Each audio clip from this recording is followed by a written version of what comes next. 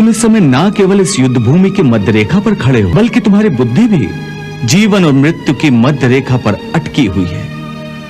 इसलिए तुम अपने कर्तव्य और अपने धर्म से भाग रहे हो, परंतु अपने कर्तव्य से यूं मुंह मोड़ने से या इस होने से विधि का विधान नहीं बदलेगा, क्योंकि विधाता का निर्णय अटल और अचूक है। क्या समझते हो? तुम्हारे नहीं मारने से ये सब नहीं अर्जुन, तब भी ये मरेंगे, क्योंकि इनके प्रारब्ध ने इनकी मृत्यु का समय, दिन और क्षण तो पहले से ही निश्चित कर दिया है। विधान के अनुसार मैं तो इन्हें पहले ही मार चुका हूं। तुम तो केवल माध्यम मात्र हो।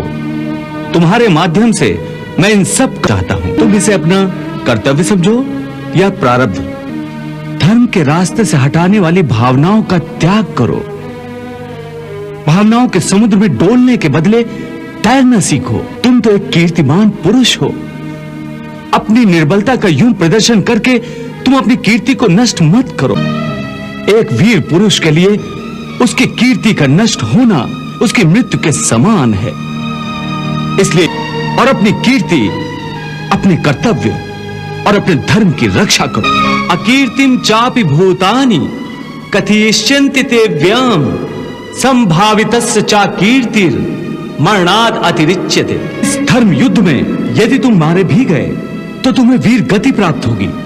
तुम मर कर भी अमर कहलाओगे। इसलिए तो वा प्राप्स्यसि स्वर्गम जित्वा वा भोक्ष्यसे महीम तस्माद् उत्तिष्ठ कौन्तेय युद्धाय कृत निश्चय। मैं जानता हूं तुम इस धर्म युद्ध में अपने प्राणों की आहुति देने से जरा भी नहीं घबराते। तुम्हारे हृदय की यह दुर्बलता केवल अपने संबंधियों के आदर में है, जो इस धर्म के क्षेत्र में अर्थहीन हैं। उन्हें अपने संबंधियों की मृत्यु की चिंता है, परंतु तुम्हारा यह विचार तुम्हारे अज्ञान का खुला प्रतीक है।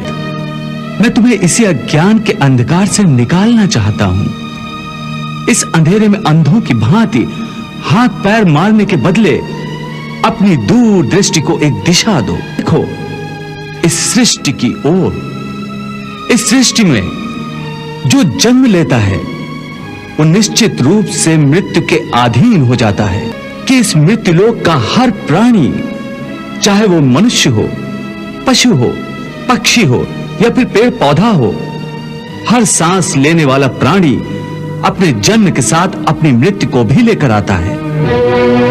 हर प्राणी को एक ना एक दिन निश्चित क्षण पर मरना अर्थात अपना शरीर त्यागना ही पड़ता है। इसलिए तुम उनके मरने की चिंता छोड़कर अपना कर्तव्य समझकर जातस्य ही ध्रुवो मृत्युर ध्रुवम जन्म मृतस्य च तस्माद् अपरिहार्य अर्थे ना त्वम सोचितुम अर्हसि। मत मारो, परंतु पहले मुझे ये तो बताओ कि कौन है तुम्हारे भीष्म पितामह? कहां है तुम्हारे भीष्म पितामह? पर वो जो रथ के ऊपर खड़ा दिखाई दे रहा है पार्थ, मैं पूछता हूं असली भीष्म पितामह कौन है?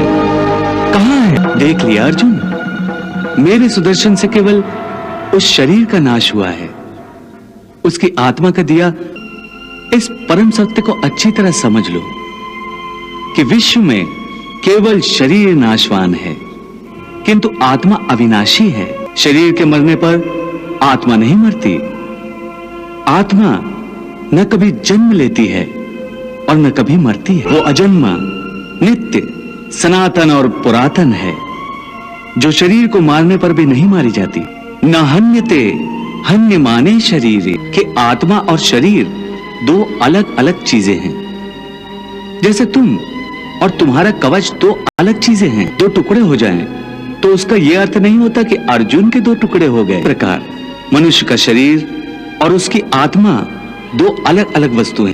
यूं समझ लो कि जिस रथ में अर्जुन बैठा है वो रथ अर्जुन नहीं है। अर्जुन तो वो है जो रथ में बैठा हुआ रथी है।